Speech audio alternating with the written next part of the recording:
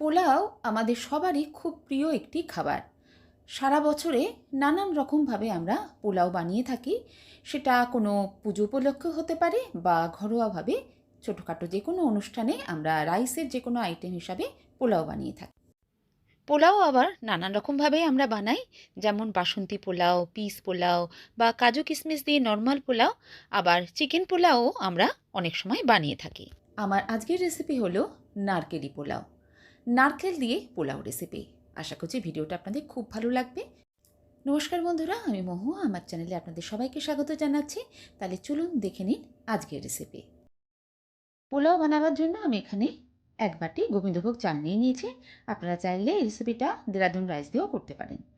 চালটাকে এবার ভালো করে জল পাল্টে পাল্টে 2-3 বার ধুয়ে নেব।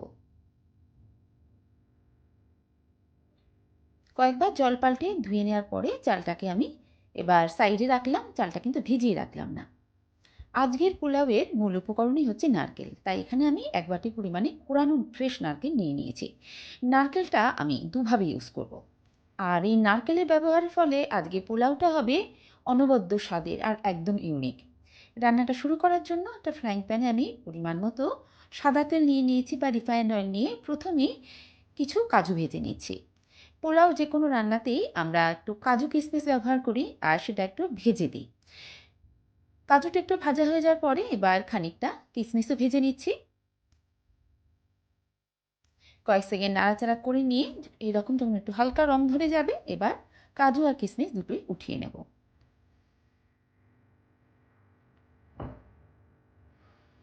এবার এর মধ্যে দিয়ে দিচ্ছি 1 চামচ ঘি। পোলাও রান্নাতে অবশ্যই কিন্তু ঘিয়ের ব্যবহার করতেই হবে।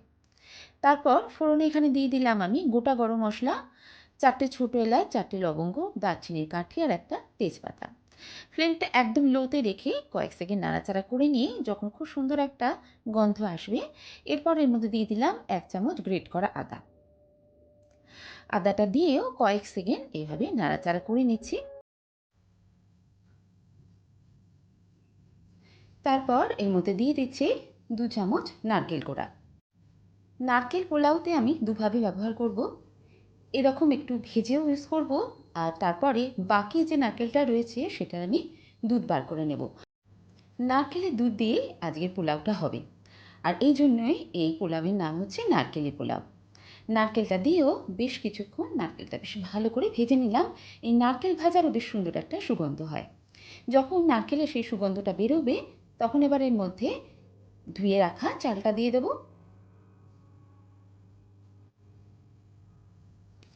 চালটা দিয়ে এবার চালটাকে বেশ ভালো করে ভেজে নিতে হবে। চালটা যখন এভাবে ভাজবেন তখনই দেখবেন খুব সুন্দর একটা গন্ধ আসছে। ঘি, গরম মশলা, নারকেল কোড়া আর তার সঙ্গে গোবিন্দভোগ চাল, এই সব কিছু মিলে যে একটা ভাজার গন্ধ আসে সেটা কিন্তু দুর্দান্ত লাগে। চালটাকে বেশ ভালো করে 1-1.5 মিনিট এভাবে ভেজে নেব।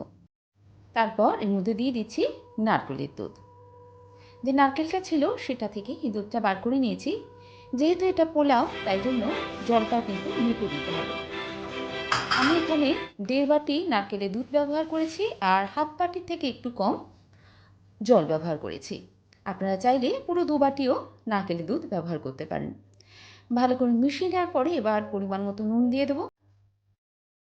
এরপর ফ্লেমটা হাই করে দিয়ে একবার ভালো করে ফুটিয়ে নেব।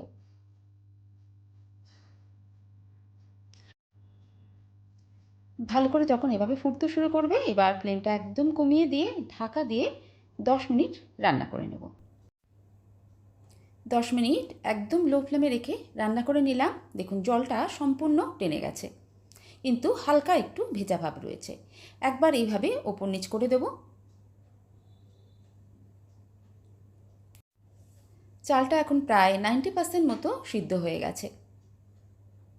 একবার এইভাবে ভালো করে নাড়াচাড়া করে দিয়ে এবার এর মধ্যে দিয়ে দেব ভেজে রাখা কাজু আর কিশমিশ, আর 1 চামচ মিষ্টি দিচ্ছি। পোলাও হালকা একটু মিষ্টি হলে খেতে ভালো লাগে। মিষ্টিটা অবশ্যই আপনারা আপনাদের স্বাদ অনুযায়ী দেবেন। আর দিলাম ছোটো 1 চামচ ঘি। ভালো করে আবারও সব কিছু হালকা করে এইভাবে মিশিয়ে নেব। গ্যাসের ফ্লেমটা একদম লোতে রেখে এইভাবে সব কিছু মিশিয়ে নেব।